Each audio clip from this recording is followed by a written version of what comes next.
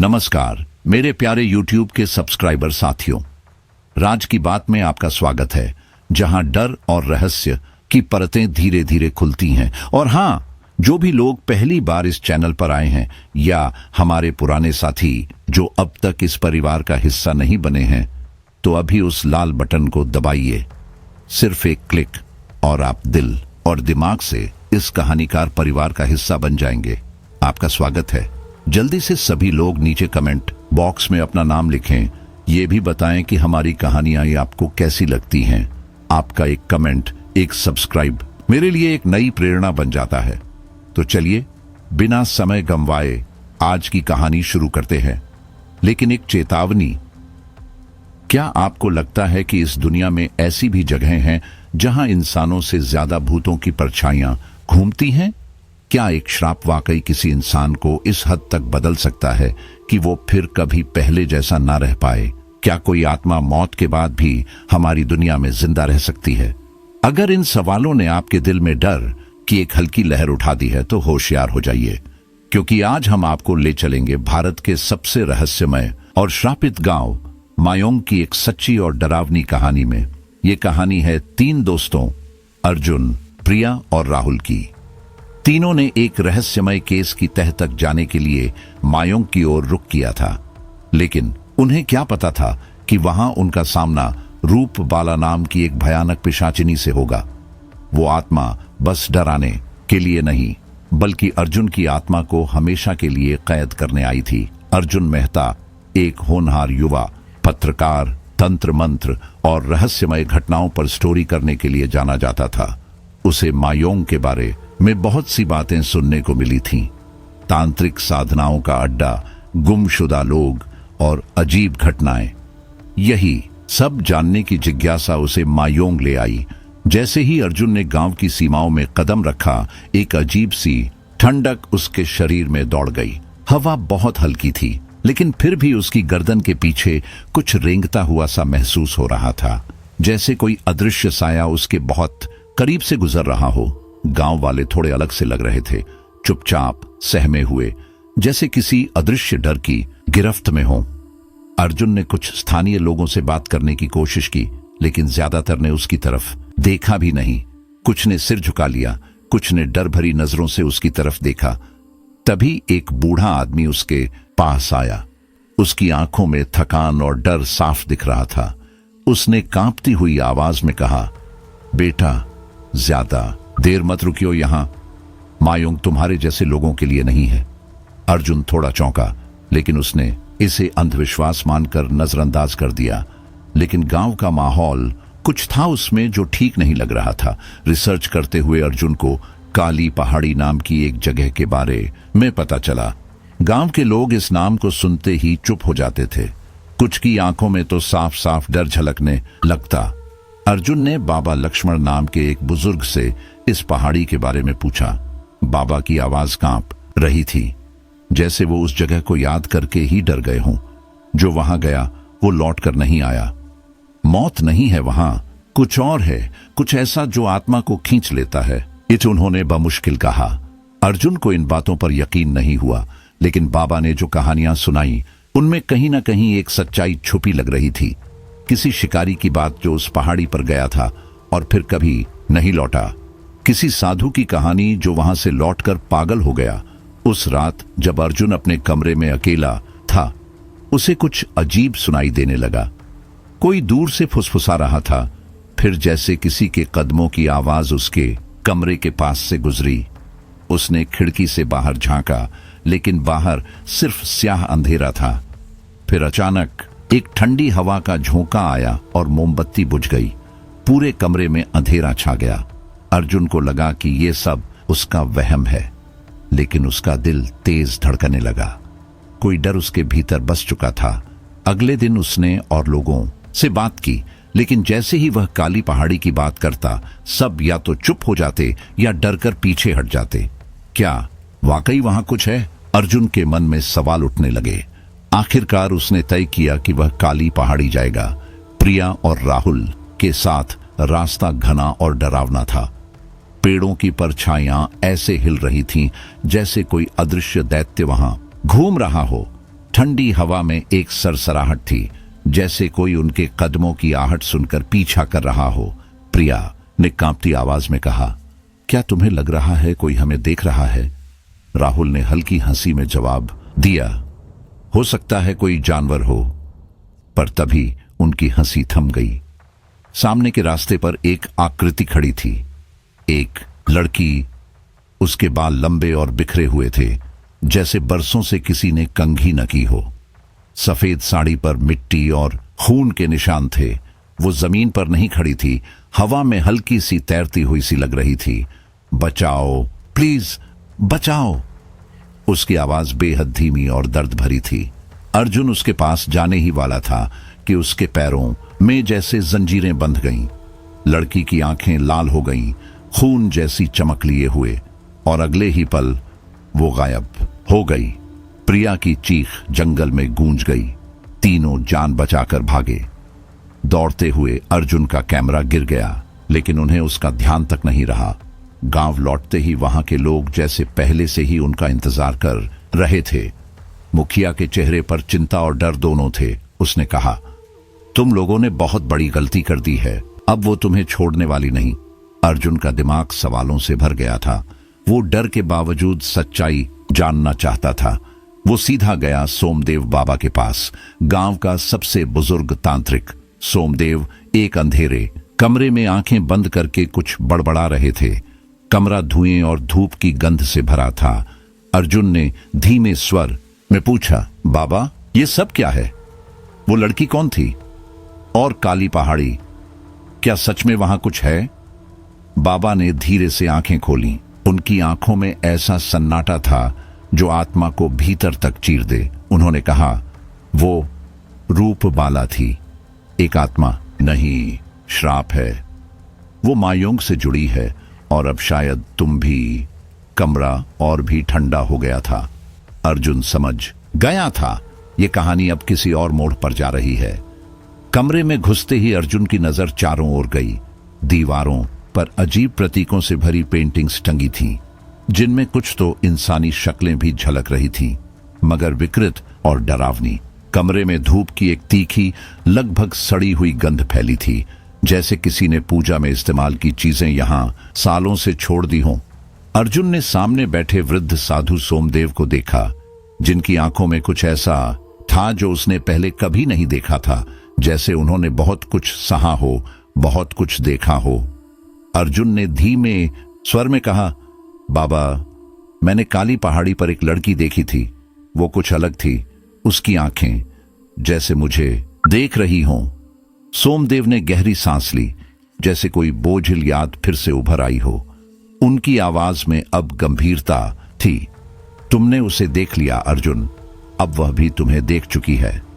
ये सुनते ही अर्जुन की पीठ में सिहरन दौड़ गई, उसके हाथ कांपने लगे। सोमदेव ने धीरे से एक पुरानी तांबे की पट्टी निकाली। उस पर अजीब तरह के तांत्रिक मंत्र खुदे हुए थे, जिन्हें देखकर अर्जुन की आंखें चौड़ी हो गईं। फिर बाबा ने कहानी शुरू की। रूपबाला कोई साधारण औरत नहीं थी, उन्होंने कहा। 200 साल पहले मायोंग की सबसे ताकतवर तांत्रिक मानी जाती थी। वो गुप्त विद्या की ऐसी जानकार थी कि अपनी आत्मा को किसी भी रूप में बदल सकती थी। इंसानों के सपनों में उतर जाती थी और मरे हुए लोगों को भी वापस बुला सकती थी। अर्जुन की आंखें आश्चर्य और डर से भरी थीं। फिर क्या हुआ? उसने धीरे से पूछा। डर ने लोगों को अंधा कर दिया, सोमदेव बोले। गांव वालों ने उसे काली विद्या के आरोप में पकड़ लिया और काली पहाड़ी के पास जिंदा जला दिया। अर्जुन का गला सूखने लगा। मरते वक्त उसने चीख कर शाप दिया था, सोमदेव ने कहा। अब उनकी आंखें किसी और ही दुनिया में खो गई थीं। तुम सबने मेरे साथ विश्वासघात किया है। मैं लौटूंगी। मेरी आत्मा कभी मुक्त नहीं होगी और एक दिन मैं अपना बदला जरूर लूंगी। तब से मायों की रातें कभी शांत नहीं रहीं। हर साल कुछ लोग गायब हो जाते, कुछ की लाशें इतनी बुरी हालत में मिलती कि पहचानना भी नामुमकिन हो जाता। अब अर्जुन की आंखों में डर नहीं, बल्कि एक अजीब सी बेचैनी थी, जैसे उसके अंदर कुछ बदल रहा हो। सोमदेव की आवाज एकदम ठंडी हो गई।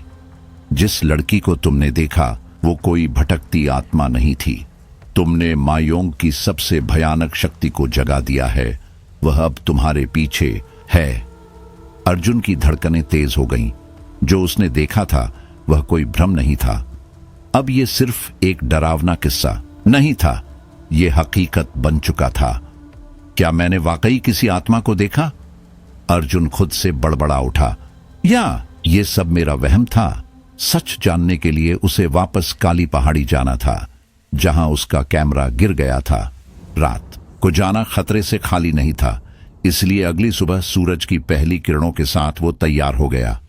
राहुल और प्रिया ने साथ जाने से साफ मना कर दिया। तू पागल हो गया है क्या अर्जुन? राहुल ने कहा। वो जगह ठीक नहीं है, मुझे जाना ही होगा, अर्जुन ने ठंडी आवाज में कहा और अकेले ही जंगल की ओर चल पड़ा। घने पेड़ों के बीच हर ओर अंधेरा फैला था। हवा में सरसराहट थी, जैसे कोई पीछा कर रहा हो। कुछ पेड़ों की छाल पर अजीबोगरीब निशान थे, तांत्रिक चिन्ह जिनसे हल्की सी खून की बू आ रही थी, जैसे हाल ही में कोई बलि दी गई हो। उसका दिल धड़क रहा था, लेकिन वह रुका नहीं। कुछ देर बाद उसे एक टूटा फूटा मंदिर दिखा। दीवारों पर लाल रंग में कुछ मंत्र लिखे थे, लेकिन पास जाकर देखा तो वह लाल रंग नहीं था, वह सूखा हुआ खून था। उसने कांपते हाथों से टॉर्च निकाली और दीवार पर रोशनी डाली। तभी उसे लगा जैसे मंदिर के अंदर कोई खड़ा है। उसने चारों ओर देखा, कोई नहीं। सांसें तेज हो गई, लेकिन कैमरा तो अभी भी गायब था।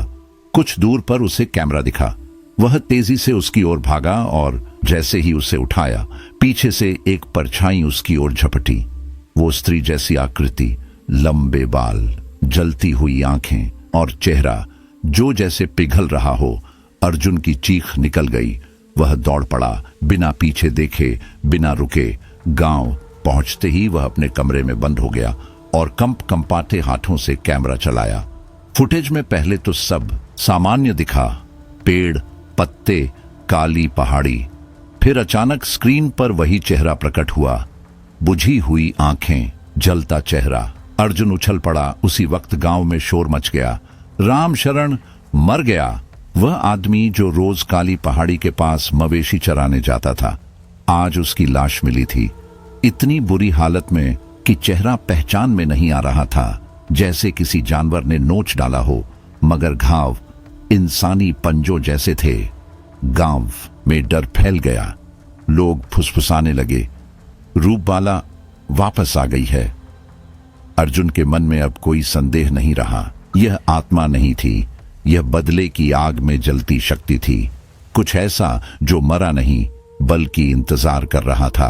अब अर्जुन, राहुल और प्रिया के मन में बस एक ही सवाल था, रूपबाला कौन थी और उसकी आत्मा अब तक क्यों भटक रही है?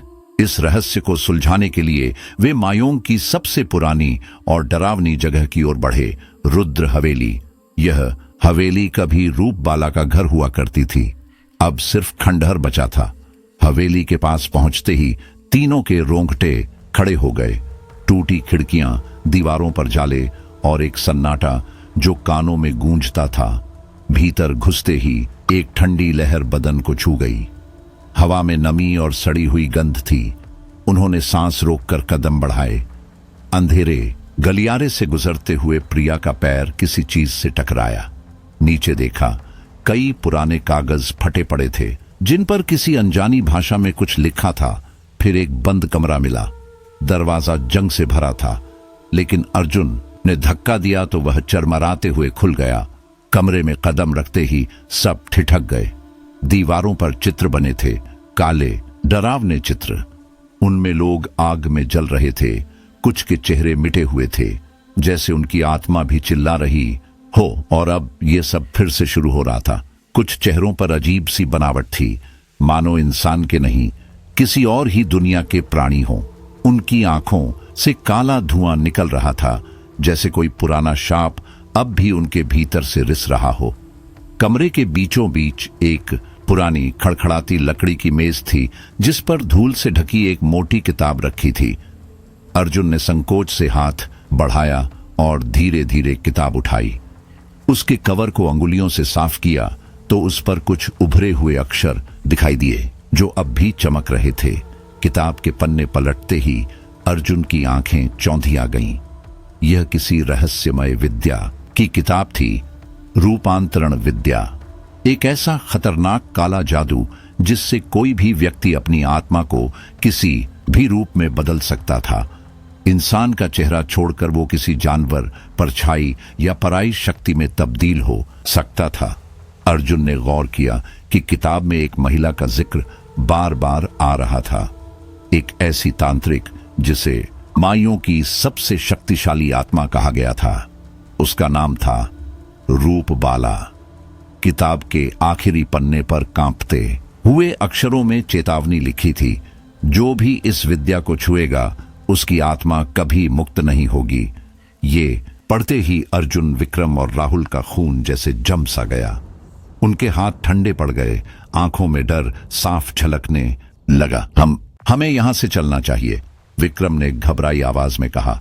हां, अभी के अभी, अर्जुन ने सहमति में सिर हिलाया। वे तीनों तेजी से हवेली से बाहर निकलने लगे, लेकिन तभी अर्जुन को अचानक ऐसा महसूस हुआ जैसे कोई उसका पीछा कर रहा हो। उसने पलटकर देखा, कुछ नहीं था, बस पुरानी हवेली की जालीदार खिड़कियों से जैसे कोई साया उन्हें घूर रहा हो।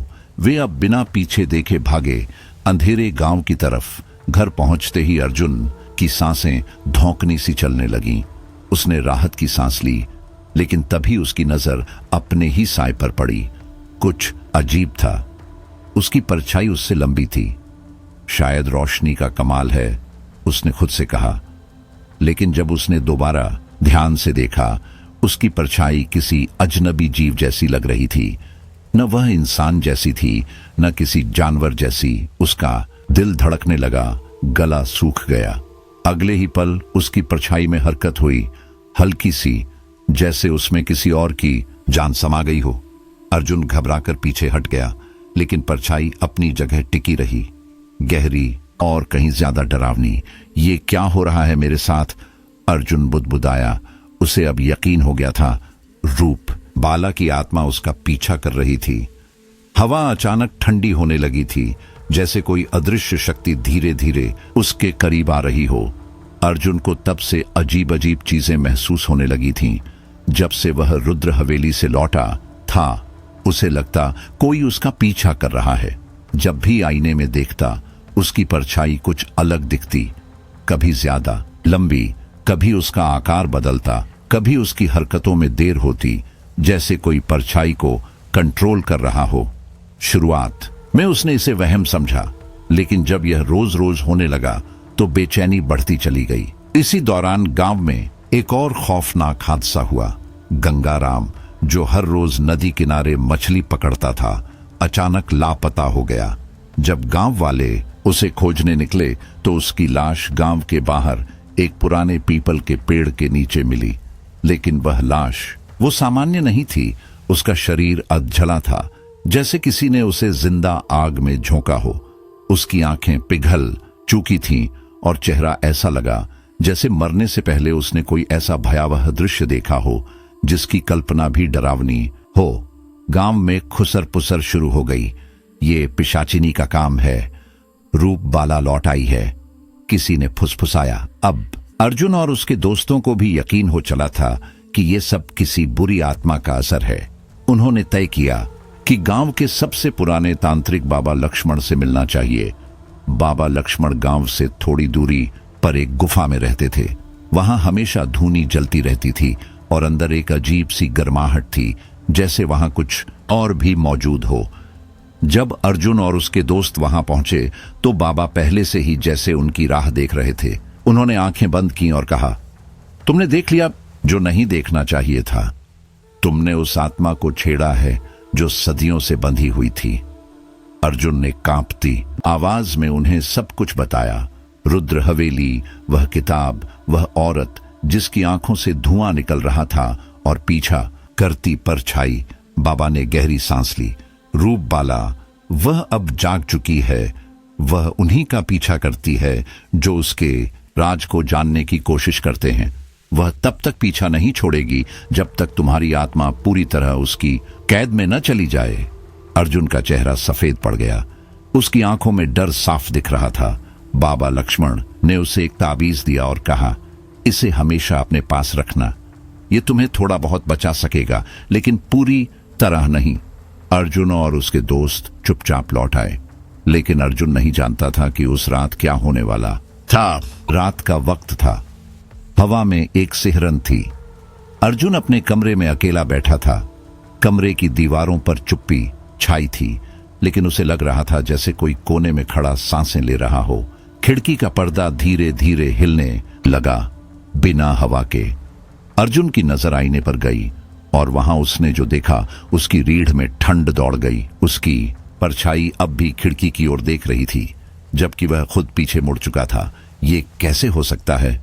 उसकी आवाज कांप रही थी। जैसे ही उसने दोबारा देखा, उसकी परछाई हिलने लगी, लेकिन वह खुद बिल्कुल स्थिर था। अर्जुन चीखने ही वाला था कि तभी कमरे में सरसराहट गूंजने लगी। वह डरते डरते पीछे मुड़ा और वहां दरवाजे के पास वही लड़की खड़ी थी जिसे उसने काली पहाड़ी पर देखा था। उसके लंबे गीले बाल चेहरे पर झूल रहे थे, आंखें लाल थीं, खून जैसी गहरी लाल। वह बिना पलक झपकाए अर्जुन को घूर रही थी, जैसे उसकी आत्मा को भीतर से चीर डालना चाहती हो। अर्जुन का शरीर सुन्न हो गया। वह हिलना चाहता था, लेकिन जैसे उसका शरीर पत्थर बन चुका था। लड़की ने धीरे धीरे उसकी ओर कदम बढ़ाए। उसके हर कदम के साथ कमरे की हवा और ठंडी होती जा रही थी। अर्जुन को जली हुई मांस की बदबू आने लगी थी। उस रात अर्जुन की दुनिया हमेशा के लिए बदल गई और वह अब जान चुका था, खेल अब शुरू हुआ है। अर्जुन ने पूरी ताकत लगाकर कुछ कहने की कोशिश की, लेकिन उसके होंठ जैसे पत्थर बन गए थे। आवाज तो दूर, सांस लेना भी मुश्किल हो रहा था। उसकी आंखों के सामने वो लड़की धीरे धीरे बदलने लगी। पहले उसकी त्वचा काली पड़ने लगी, जैसे कोई झर पूरे शरीर में फैल रहा हो। फिर उसकी आंखों से काला धुआं उठने लगा। चेहरा बिगड़ता चला गया, नाक पिचक गई, होंठ फटने लगे और आंखें, उनकी जगह अब बस दो गहरे गड्ढे थे जिनमें से लाल रोशनी टिमटिमा रही थी। तूने मुझे देख लिया, अब तू सिर्फ मेरा है। एक अजीब गूंजती हुई आवाज पूरे कमरे में तैर गई। अर्जुन का शरीर जैसे लकवा मार गया हो। वह हिल तक नहीं सका, बस उस भयानक आकृति को अपनी तरफ बढ़ते हुए देखता रहा। उसकी सांसें तेज हो गई, पर बदन में जैसे जान ही न रही हो। वो पिशाचिनी आगे बढ़ी और अर्जुन का गला पकड़ लिया। उसकी उंगलियां बर्फ सी ठंडी थीं, लेकिन उनसे जैसे कोई अजीब सी ऊर्जा खींच रही थी, जैसे वो अर्जुन की जान चूस रही हो। उसकी आंखें बोझिल होने लगीं। चारों ओर अंधेरा छा गया। उसे लगा ये उसका आखिरी पल है। तभी बाहर से किसी के भागने की आवाज आई, तेज कदमों की धमक। अर्जुन, राहुल की आवाज थी। दरवाजा खोलो! अर्जुन ने पूरी हिम्मत जुटाकर चीखने की कोशिश की और उसी पल दरवाजा खुला। कमरे की लाइट जल उठी और पिशाचिनी गायब हो गई। अर्जुन थरथराता हुआ जमीन पर गिर पड़ा, जैसे किसी ने उसकी आत्मा निचोड़ ली हो। राहुल और प्रिया उसके पास दौड़कर आए। क्या हुआ अर्जुन? तुम्हारा चेहरा इतना सफेद क्यों है? प्रिया की आवाज में घबराहट थी। अर्जुन बोल नहीं सका। उसका गला अब भी बर्फ की तरह ठंडा था। उसकी आंखों के सामने अब भी वही चेहरा घूम रहा था, रूपबाला का चेहरा। अब सब कुछ साफ था। ये कोई भटकी आत्मा नहीं थी, ये एक श्रापित पिशाचिनी थी और उसने अर्जुन को चुन लिया था। कमरे की हवा अब भी ठंडी थी। अर्जुन ने नीचे झांका तो वहां और भी डरावना कुछ देखा। फर्श पर गहरे जले हुए काले निशान थे, बिल्कुल उसी जगह जहां कुछ देर पहले वो पिशाचिनी खड़ी थी। राहुल और प्रिया अब भी कुछ समझ नहीं पा रहे थे, लेकिन अर्जुन जान चुका था रूपबाला अभी भी यहीं कहीं थी और वो किसी भी कीमत पर पीछा नहीं छोड़ेगी। अब अर्जुन, राहुल, प्रिया और गांव का साहसी लड़का देवांश इस रहस्य को सुलझाने के लिए तैयार हो चुके थे।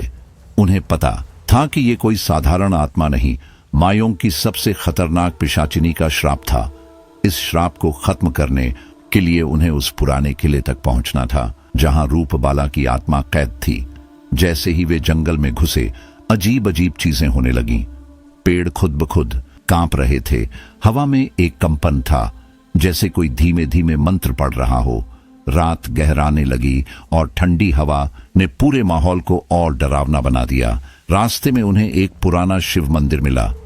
पत्थर काई और धूल से ढके हुए थे, जैसे सदियों से किसी ने उन्हें छुआ तक न हो। बाबा लक्ष्मण ने अर्जुन को पहले ही चेतावनी दी थी, इस मंदिर में कदम मत रखना। देवांश हंस पड़ा। अगर ये शिवजी का मंदिर है तो डरने की क्या बात। वह दरवाजा खोलकर अंदर चला गया। उसी पल एक जोरदार चीख गूंजी, जैसे कोई अंदर से चीख पड़ा हो। देवांश! अर्जुन चिल्लाया।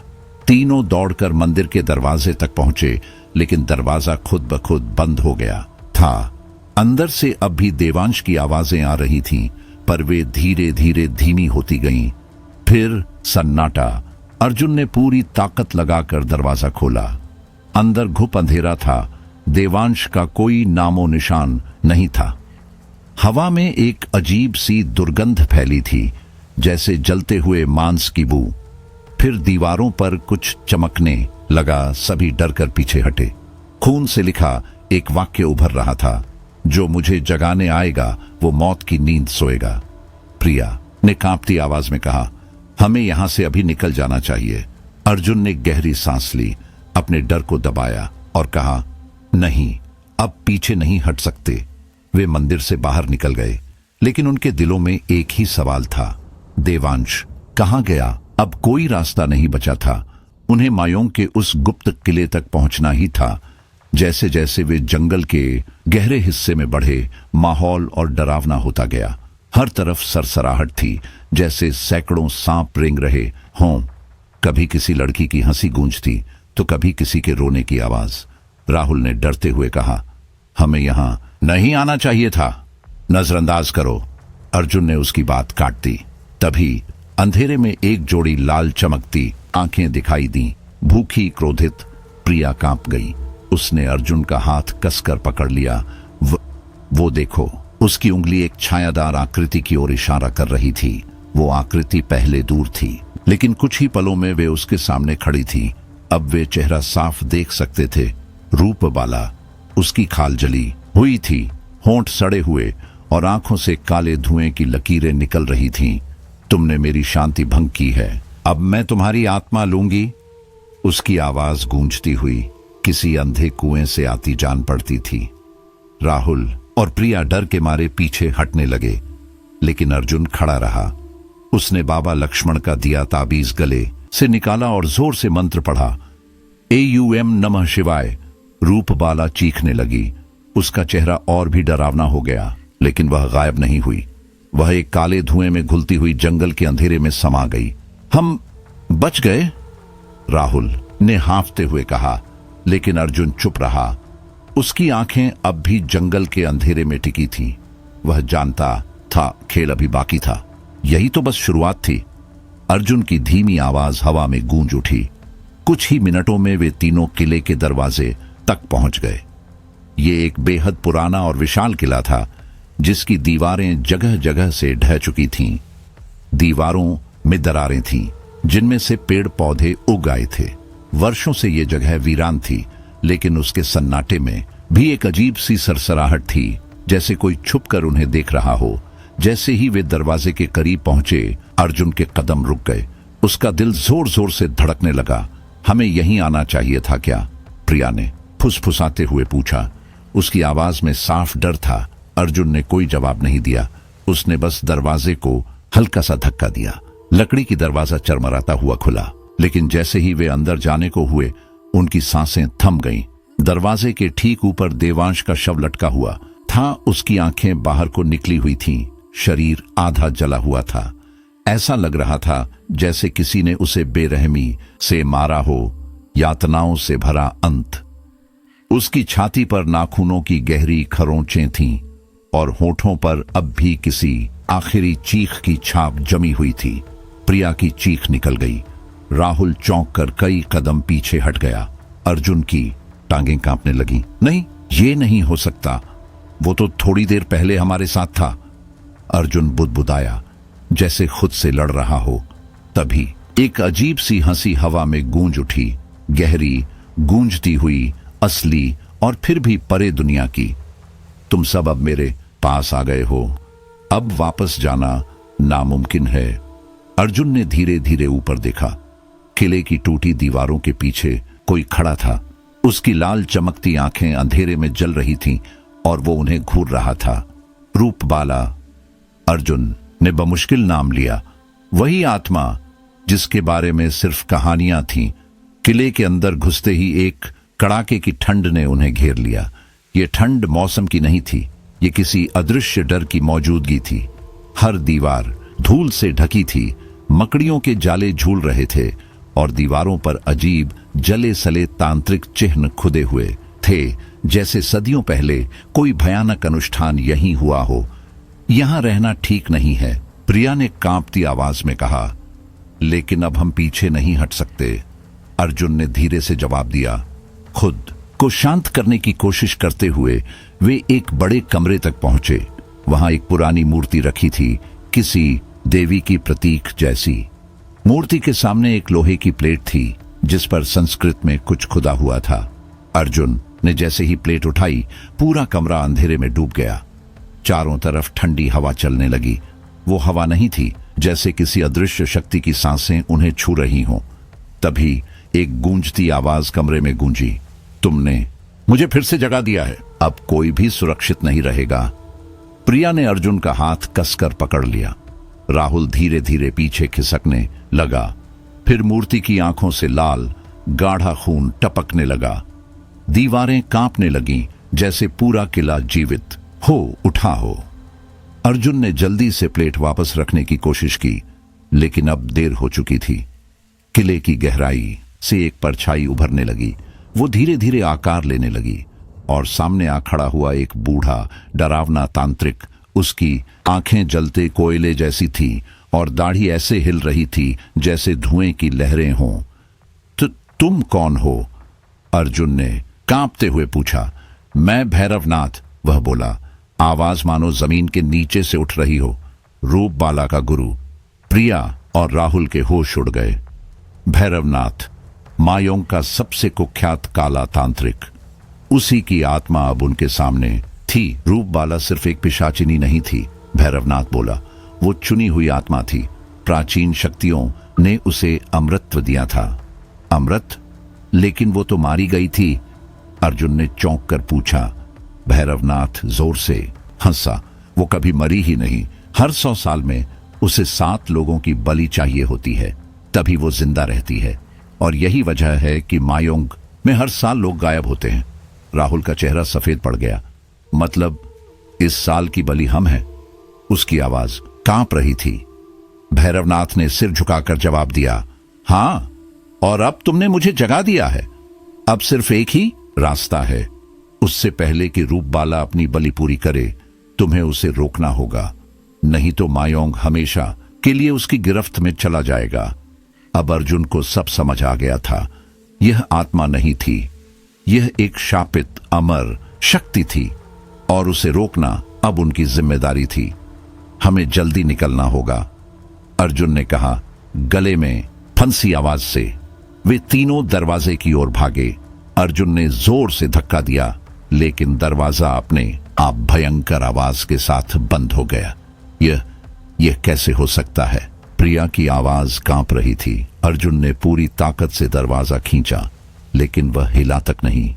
वे फंस चुके थे। तभी कमरे में फिर वही डरावनी ठंड फैलने लगी। हवा में एक अजीब सी गूंज थी, जैसे कोई धीमे धीमे कुछ बड़बड़ा रहा हो। अर्जुन ने इधर उधर देखा, कोई नहीं था, लेकिन कुछ था, जरूर था। तभी राहुल की सांसें तेज हो गईं। राहुल, तुम ठीक हो? प्रिया उसके पास दौड़ी। राहुल ने धीरे धीरे सिर उठाया और जो उन्होंने देखा वो उनकी रूह तक को झकझोर गया। उसकी आंखें पूरी तरह खून जैसी लाल थीं। चेहरा भावहीन हो गया था। उसके होंठ फड़फड़ा रहे थे, जैसे किसी अनजानी भाषा में मंत्र पढ़ रहा हो। उसके शरीर से काली धुंध उठने लगी थी और फिर वह जोर से हंस पड़ा। वो हंसी इंसान की नहीं थी, वो किसी और ही दुनिया की थी, अंधेरे और पागलपन से भरी हुई। अब खेल शुरू हो चुका था। अर्जुन और प्रिया दोनों डर के मारे सन्न रह गए। राहुल, तुम ये क्या कर रहे हो? अर्जुन की आवाज कांप रही थी, जैसे उसके अंदर का डर बाहर आ रहा हो।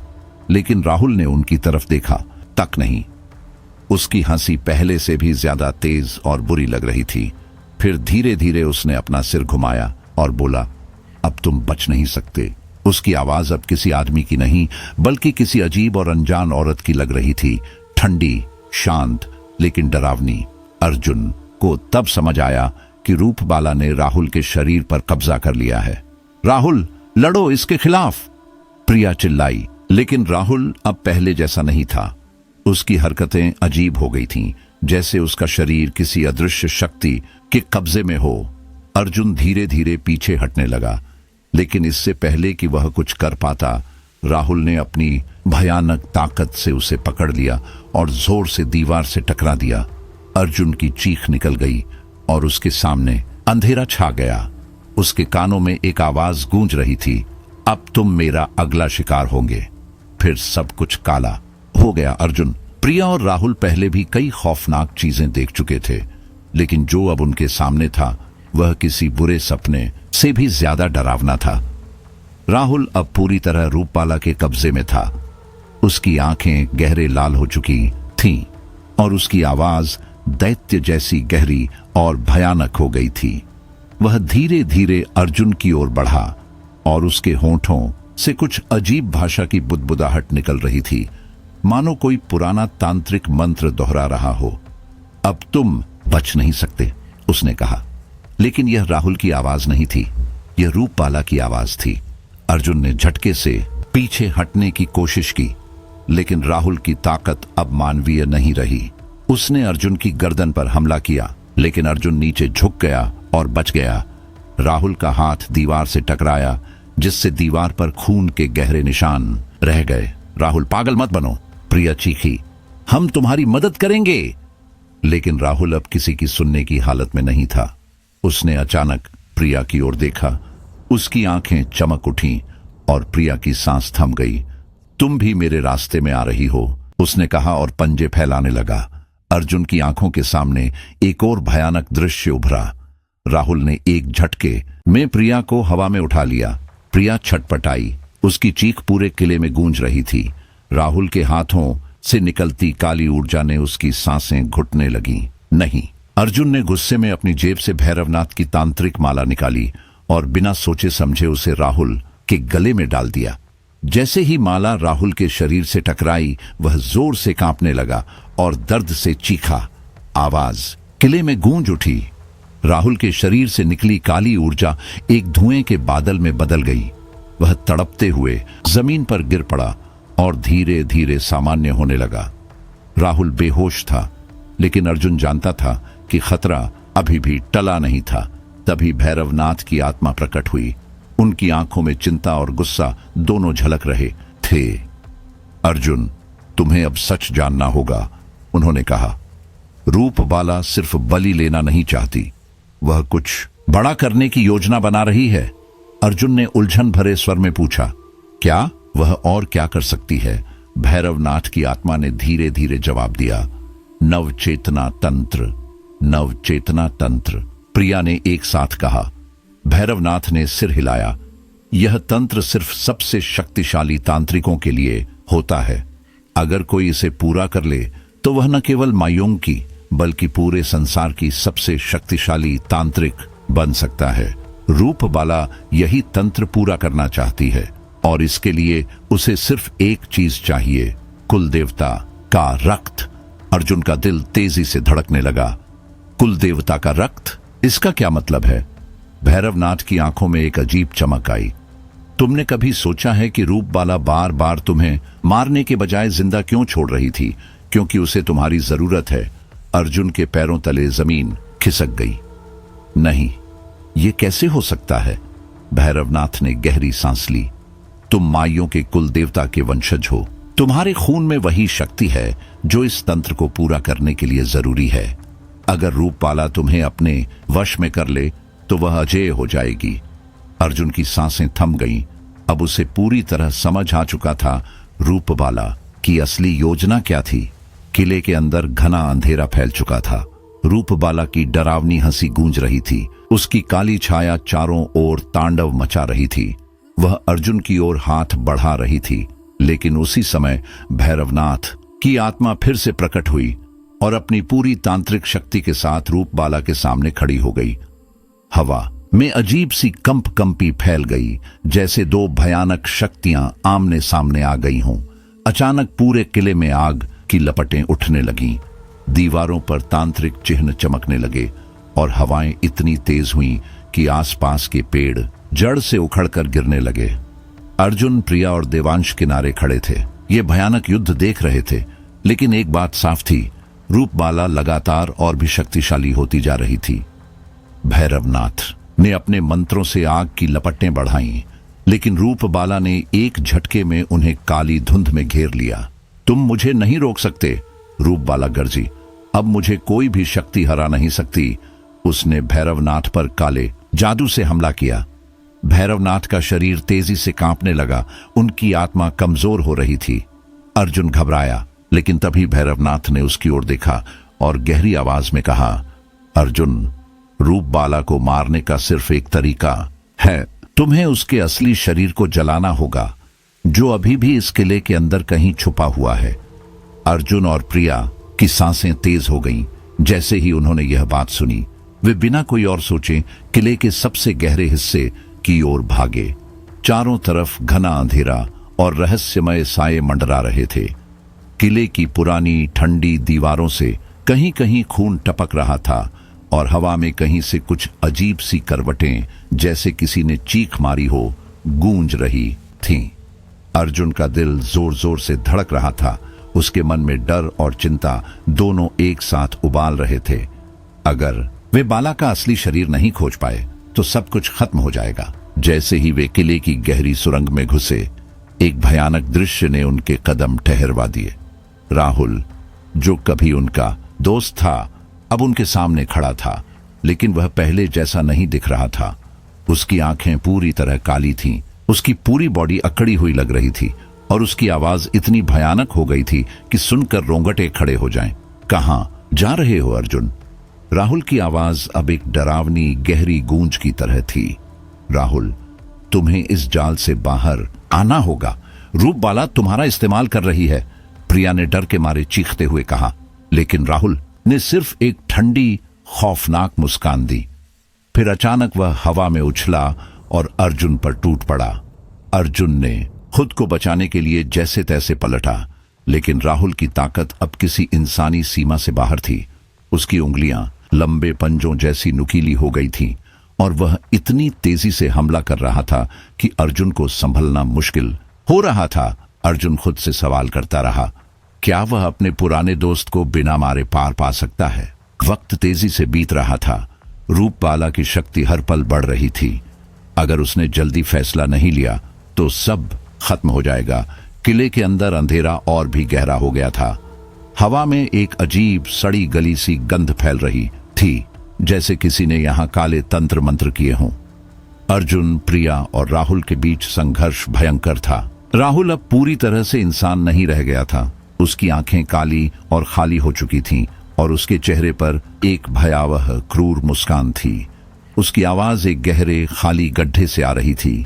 तुम मुझसे बच नहीं सकते, राहुल ने कहा और एक झटके में अर्जुन को जोर से हवा में उछाल दिया। अर्जुन जमीन पर गिरा और दर्द से कराह उठा। उसके दिमाग में चक्कर लग रहे थे। कैसे वह अपने ही दोस्त से लड़ रहा था। प्रिया डर से कांप रही थी, लेकिन उसने हिम्मत जुटाई और अर्जुन की ओर देखा। हमें जल्दी करना होगा, नहीं तो सब खत्म हो जाएगा। अर्जुन को अचानक रुद्र हवेली के तहखाने की बात याद आई।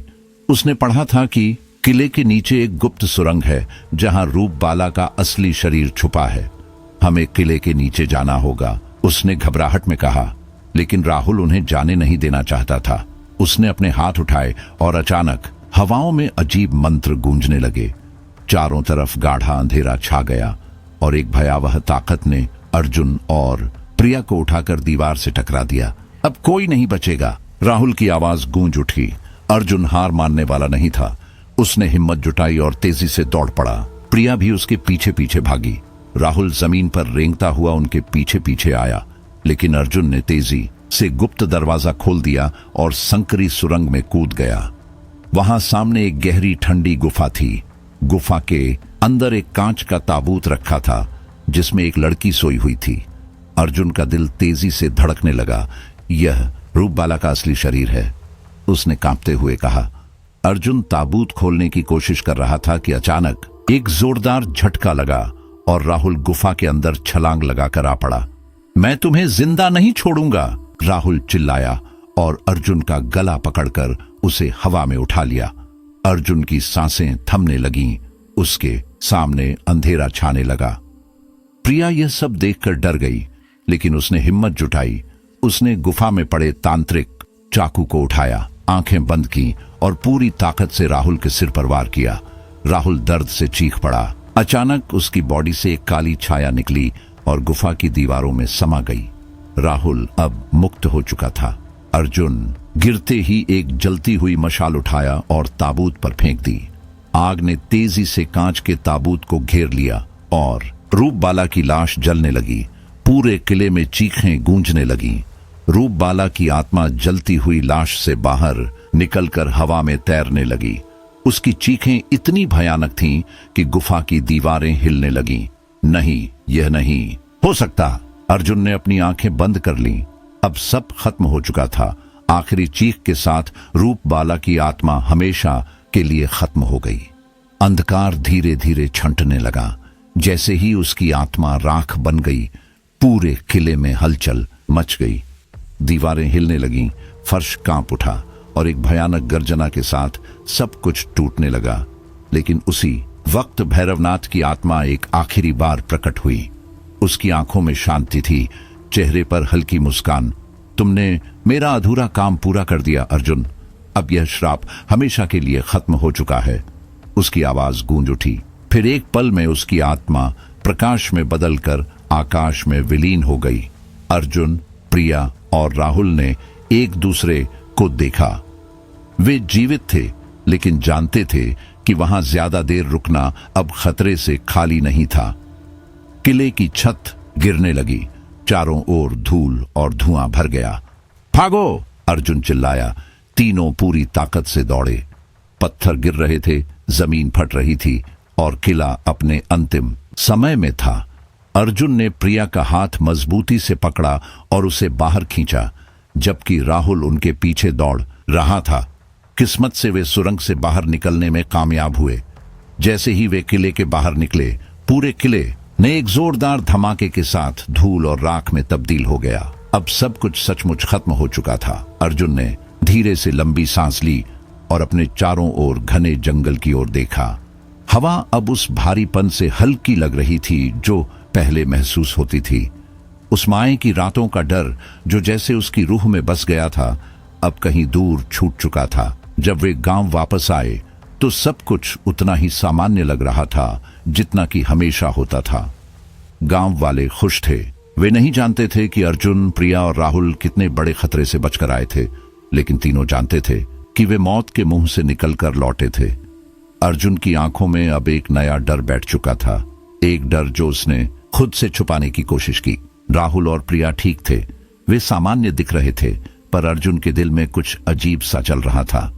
रूपबाला के जलने के बाद उसकी आत्मा का एक हिस्सा शायद अर्जुन के अंदर कहीं गहरे समा गया था। जब अर्जुन रात को आईने के सामने खड़ा होता तो कभी कभी उसकी परछाई अजीब तरह से हिलती हुई दिखती, जैसे उस पर कोई और मौजूद हो। दिल कहता था, क्या सच में सब खत्म हो चुका है या ये तो बस शुरुआत है। गांव के लिए सब कुछ वैसा ही था, कम से कम बाहर से। रहस्यमय मौतें रुक चुकी थीं, अजीब घटनाएं थम गई थीं, लेकिन अर्जुन के भीतर कुछ टूट चुका था। उसे ऐसा लगता था कि कोई उसे देख रहा है, उसकी हर चाल पर नजर रख रहा है। दिन में सब ठीक था, लेकिन जैसे ही रात होती एक ठंडी सी बेचैनी उसके दिल में उतर जाती। अकेले में कभी कभी उसे लगता कि कोई उसके ठीक पीछे खड़ा है, पर जब वह मुड़कर देखता तो खाली हवा ही मिलती। शहर जाने से पहले वे गांव में अपनी आखिरी रात बिता रहे थे। आसमान साफ था, हवा में वो भारीपन नहीं था जो पहले महसूस होता था। फिर भी अर्जुन चैन से बैठ नहीं पा रहा था। उसे बार बार ऐसा लग रहा था कि उसकी परछाई अजीब तरह से हिल रही है। जब वह अपने कमरे में गया और आईने के सामने खड़ा हुआ तो अचानक उसका दिल जोर से धड़कने लगा। आईने में उसका प्रतिबिंब कुछ अलग था। उसकी आंखें लाल चमक रही थीं, ठीक वैसे ही जैसे रूपबाला की थीं। डर से वह पीछे हट गया। पूरे शरीर में ठंडक दौड़ गई। उसने फिर आईने को देखा, सब कुछ सामान्य था। शायद ये मेरा भ्रम है, उसने खुद को समझाया, लेकिन दिल की आवाज कह रही थी कि कुछ तो गड़बड़ है। अगली सुबह जब वे शहर लौटने लगे तो अर्जुन ने एक आखिरी बार मायोंग की ओर देखा। सब कुछ शांत था, लेकिन उसके मन में एक सवाल घूम रहा था। क्या रूपबाला सच में खत्म हो गई थी या अब भी किसी और रूप में मौजूद थी? और क्या अर्जुन खुद उस अंधेरे का हिस्सा बन चुका था? गुवाहाटी लौटकर अर्जुन ने कोशिश की कि वह अपने पुराने जीवन में लौट सके, लेकिन अब कुछ भी पहले जैसा नहीं था। उसके भीतर एक अजीब सी बेचैनी और अनजाना डर था जो हमेशा उसके साथ रहता। पहले जहां उसे भीड़ में भी अकेलापन महसूस होता था, अब तो अकेले में भी उसे लगता था कोई उसके पास मौजूद है, दिख न रहा हो लेकिन बेहद करीब। रात होते ही जैसे अंधेरे के भीतर कोई छाया उसके आसपास मंडराने लगती। ये डर उसे सोने नहीं देता था। रातों को अजीब सपने आने लगे थे। सपनों में वह खुद को किसी अज्ञात धुंधली जगह पर खड़ा पाता, चारों ओर घना अंधेरा, और फिर अचानक रूपबाला की परछाई सामने आ जाती। उसकी आंखों में एक अजीब सा आकर्षण होता जो अर्जुन को अपनी ओर खींचता। बार बार वह इस सपने से डर कर जाग जाता, लेकिन जब भी उसकी आंखें बंद होती वही सपना लौट आता। एक रात जब वह सो रहा था, अचानक उसकी खिड़की खुद ब खुद खुल गई। तेज हवा का झोंका आया, पर्दे फड़फड़ा उठे और कमरे का तापमान ठंडा हो गया। अर्जुन की नींद टूट गई। उसका दिल जोर से धड़कने लगा। वह घबराकर खिड़की बंद करने निकला और तभी उसकी नजर नीचे सड़क पर एक औरत पर पड़ी। काले कपड़ों में उसका चेहरा दिख नहीं रहा था, लेकिन अर्जुन को लगा कि वह सीधे उसकी ओर देख रही है। अगले दिन ऑफिस में अर्जुन की टेबल पर एक अज्ञात पत्र रखा मिला। कांपते हाथों से उसने उसे खोला और पढ़ा, मायोंग कभी किसी को नहीं छोड़ता। उसकी सांसें अटक गईं। अब वह पूरी तरह घबराया हुआ था। क्या सच में उसने मायोंग के श्राप से बचकर निकला था या कुछ अभी भी उसका पीछा कर रहा था? अर्जुन ने कोशिश की कि वह इन सब घटनाओं को तर्क और विज्ञान की भाषा में समझ सके, लेकिन कोई भी जवाब उसे संतोष नहीं देता था। कभी उसकी परछाई उसे अपनी नहीं लगती, कभी आईने में जो प्रतिबिंब दिखता वह अपना नहीं बल्कि किसी और का लगता। वह इस डर को झुठलाने की कोशिश करता, लेकिन हर दिन ये एहसास और गहरा होता जाता। फिर एक दिन खबर आई कि बाबा लक्ष्मण, जिन्होंने मायोंग में उसकी मदद की थी, रहस्यमय तरीके से गायब हो गए थे। गांव वालों ने कहा कि रात को उन्हें जंगल की ओर जाते देखा गया था, लेकिन वे वापस नहीं लौटे। अर्जुन बेचैन हो उठा। उसने खुद को समझाया कि ये सामान्य हो सकता है, लेकिन मन जानता था कि मामला कुछ और ही था। हर रात उसे अजीब आवाजें सुनाई देने लगीं, जैसे कोई उसके कमरे में सांस ले रहा हो या उसके बिल्कुल करीब खड़ा हो। जब वह मुड़कर देखता तो वहां कुछ नहीं होता। उसके शरीर पर काले निशान उभरने लगे थे जो धीरे धीरे गहरे होते जा रहे थे। ये निशान किसी पुरानी लिपि की तरह लगते थे, मानो कोई अनजानी शक्ति उसे अपनी पकड़ में ले रही हो। एक रात जब वह अपने लैपटॉप पर मायोंग पर लिखी रिपोर्ट देख रहा था, अचानक स्क्रीन झिलमिला गई। पहले स्क्रीन पर धुंधला अंधेरा छा गया, फिर रूपबाला का चेहरा चमक उठा। उसकी लाल चमकती आंखें सीधे अर्जुन की ओर देख रही थीं। अर्जुन का शरीर ठंडा पड़ गया, सांसें तेज हो गईं और फिर स्क्रीन पर खून से लिखा हुआ शब्द उभरा। एक पल के लिए एक वाक्य उसकी सोच में गूंज उठा, तुम मेरा भाग्य हो अर्जुन। इस बात ने अर्जुन के शरीर में सिहरन सी दौड़ा दी। अब उसके मन में पूरा यकीन जम गया था कि मायोंग पर लगा श्राप खत्म नहीं हुआ था। क्या सच में रूपबाला मर गई थी या उसने अपनी शक्ति किसी तरह अर्जुन में स्थानांतरित कर दी थी और बाबा लक्ष्मण का रहस्यमय गायब होना भी इसी से जुड़ा हुआ था। अर्जुन की सोच घुमावदार रास्तों पर चलने लगी।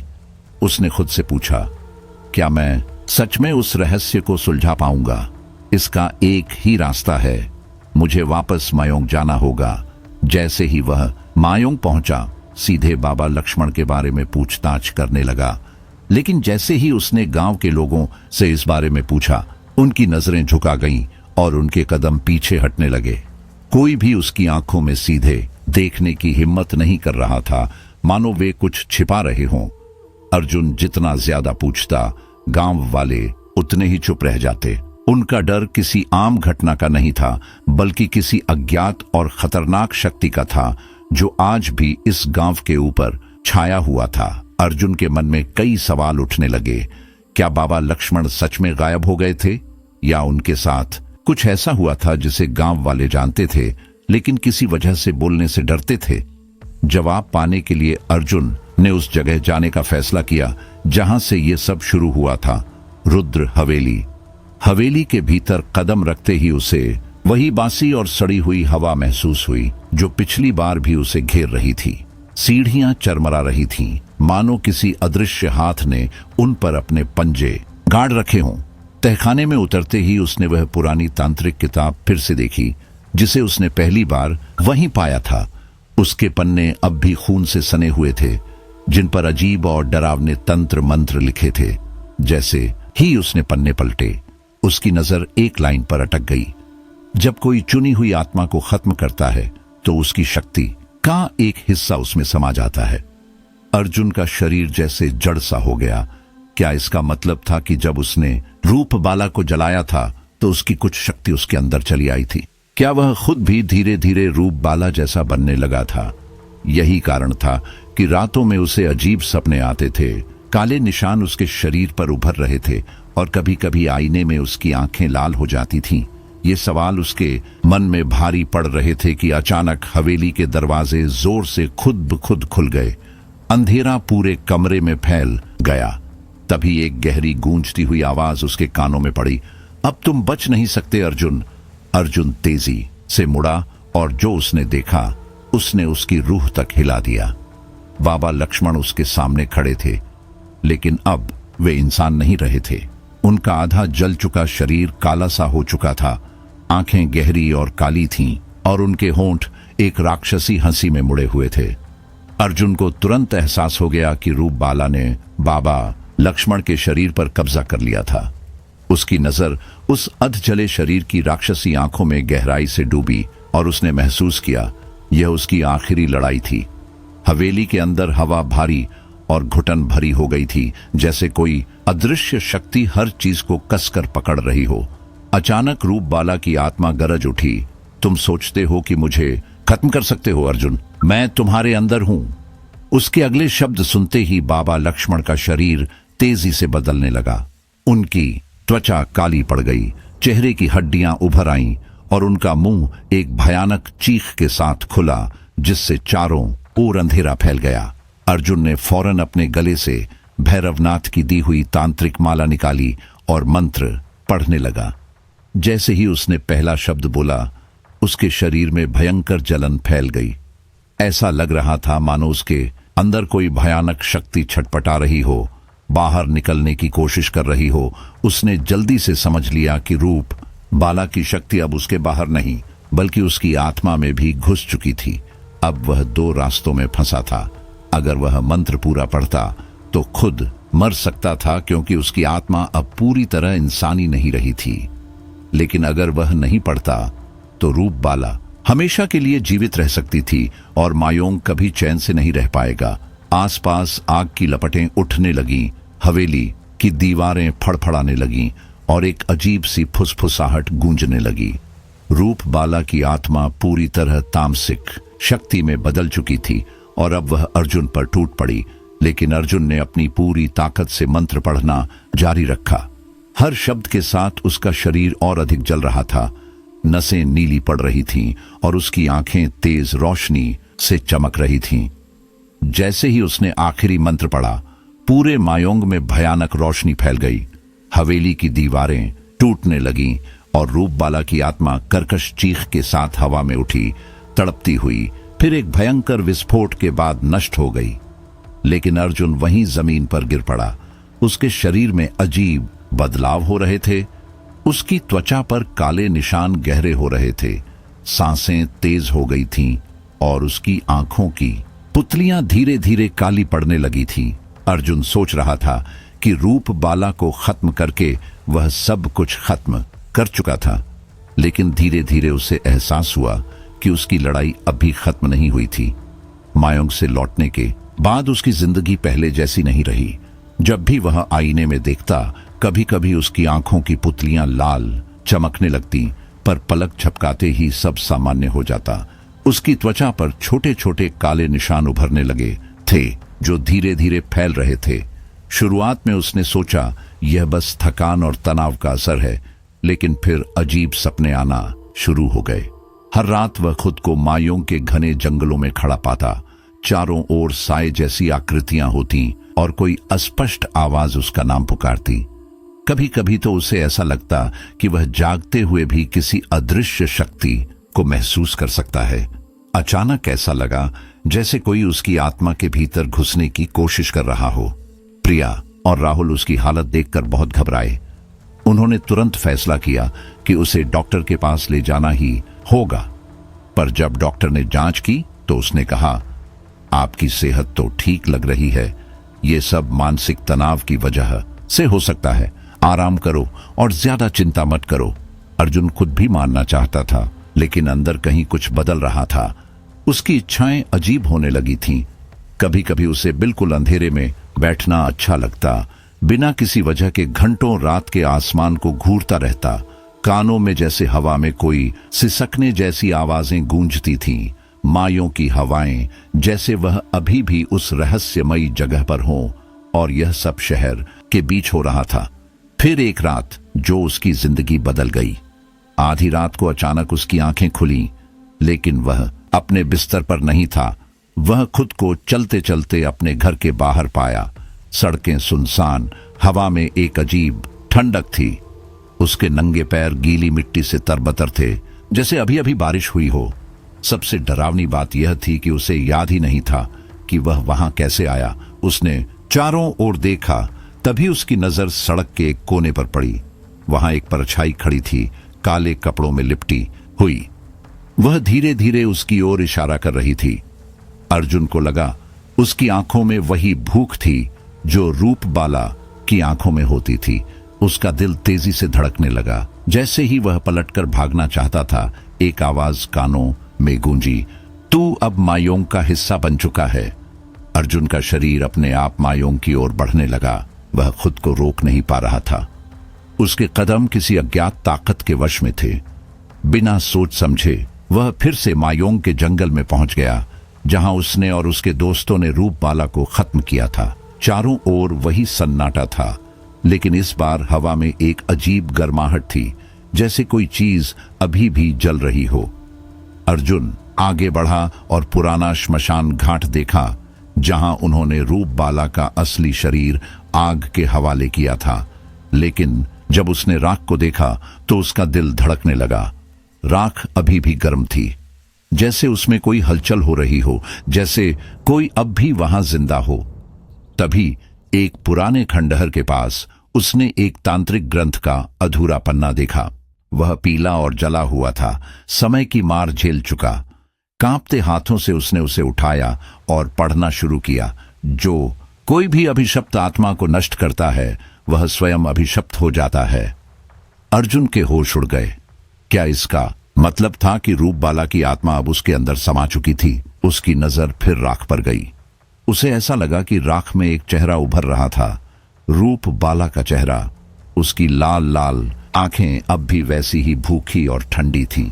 अर्जुन को तभी समझ आया, यह सब रूपबाला की योजना थी। वह मरकर भी मरना नहीं चाहती थी।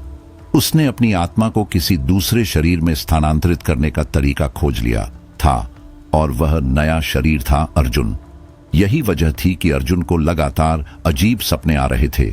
उसकी आंखें लाल हो रही थीं और त्वचा पर निशान उभर रहे थे। वह धीरे धीरे रूपबाला की तरह बदलता जा रहा था। अर्जुन को अब सचमुच समझ आ गया कि अगर उसने जल्द कुछ न किया तो वह हमेशा के लिए मायोंग की नई पिशाचिनी बन जाएगा। उसका शरीर अब पूरी तरह रूप बाला के वश में था। उसकी आंखें रक्त सी लाल हो चुकी थीं। जब उसने हाथ उठाया तो पास रखी चीजें अपने आप हिलने लगीं। उसकी आवाज में भी अजीब कंपन था, जैसे वह अब अर्जुन नहीं कोई और था। गुरु अद्वैतानंद ने घबराए बिना तुरंत तांत्रिक चक्र बनाया और अर्जुन को उसके अंदर बैठने को कहा। अगर तुम्हें खुद को बचाना है तो यह अनुष्ठान पूरा करना होगा। पर अर्जुन अब खुद पर काबू नहीं रख पा रहा था। रूप बाला की आत्मा पूरी तरह उसके शरीर में समा चुकी थी। अचानक उसकी हंसी गूंज उठी। यह उसकी हंसी नहीं थी, रूप बाला की थी। अब कोई मुझे नहीं रोक सकता, अर्जुन चीखा और हवा में एक अजीब कंपन दौड़ गया। गुरु अद्वैतानंद ने तेजी से अंतिम तांत्रिक मंत्र पढ़ना शुरू किया। उनके शब्दों के साथ ही पूरे स्थान पर ऊर्जा फैलने लगी। अर्जुन दर्द से चिल्लाया। उसके शरीर में आग जल रही थी, लेकिन यह केवल उसका दर्द नहीं था। यह रूप बाला की आत्मा थी जो छोड़ना नहीं चाहती थी। अर्जुन की चेतना और रूप बाला की आत्मा के बीच भयानक संघर्ष चल रहा था। गुरु अद्वैतानंद ने आखिरी मंत्र पढ़ा और अर्जुन के सामने एक आखिरी विकल्प था, या तो खुद को खत्म कर दो या हमेशा के लिए रूप बाला बन जाओ। अर्जुन ने पूरी ताकत से मंत्र दोहराया। जैसे ही उसने अंतिम शब्द बोले, उसकी पूरी देह से तेज रोशनी निकली। रूप बाला की आत्मा दर्द से चीखती हुई काले तूफान के रूप में उसके शरीर से बाहर निकलकर आसमान में विलीन हो गई। हवाओं में एक आखिरी चीख गूंज गई और फिर सब शांत हो गया। रूप बाला का अंत हो चुका था। अर्जुन ने धीरे धीरे अपनी आंखें खोली। अब उनमें वह पुरानी चमक नहीं थी। वह मायोंग के घने जंगल के बीच पड़ा था। चारों ओर अजीब सन्नाटा था, जैसे प्रकृति भी उसके जागने का इंतजार कर रही हो। उसका शरीर दर्द से कराह रहा था, लेकिन जब उसने अपने हाथ देखे तो वहां के काले निशान पूरी तरह मिट चुके थे। गुरु अद्वैतानंद उसके पास खड़े थे। उनकी आंखों में संतोष था। उन्होंने मुस्कुराकर कहा, श्राप अब पूरी तरह खत्म हो चुका है अर्जुन। मायोंग अब मुक्त है। अर्जुन को समझ नहीं आ रहा था कि खुश हो या डर। अंदर कहीं उसे लग रहा था कि कुछ अब भी बदल चुका था। मायोंग, जो कभी डरावना और श्रापित था, अब पहले जैसा नहीं था। हवा में अब कोई डरावनी आवाज नहीं थी। पेड़ पौधे भी पहले से ज्यादा हरे भरे लग रहे थे। अर्जुन ने राहत की सांस ली। क्या सच में यह सब खत्म हो गया था? उसने गुरु अद्वैतानंद को धन्यवाद कहा और गुवाहाटी लौटने की तैयारी करने लगा। लेकिन जैसे ही वह मायोंग के किले के अंतिम द्वार से बाहर निकला, हवा में धीमी फुसफुसाहट गूंजी। अर्जुन के कदम ठिठक गए। उसकी रीढ़ में ठंडक दौड़ गई। पीछे मुड़कर देखा, लेकिन वहां कुछ नहीं था। फिर भी उसे लगा कोई अब भी उसे देख रहा था। अर्जुन वापस अपने शहर की ओर बढ़ा, लेकिन मन में एक सवाल गूंजता रहा। क्या वह सच में बच गया था, या यह सिर्फ एक और खेल था? मायोंग की यह कहानी यहीं खत्म नहीं हुई थी। क्या अर्जुन सच में मुक्त था, या मायोंग अब भी उसकी आत्मा पर अपना कब्जा जमाने की कोशिश कर रहा था? शायद इसका जवाब कभी न मिले, या फिर अगली बार कोई और इस श्राप का शिकार बन जाए।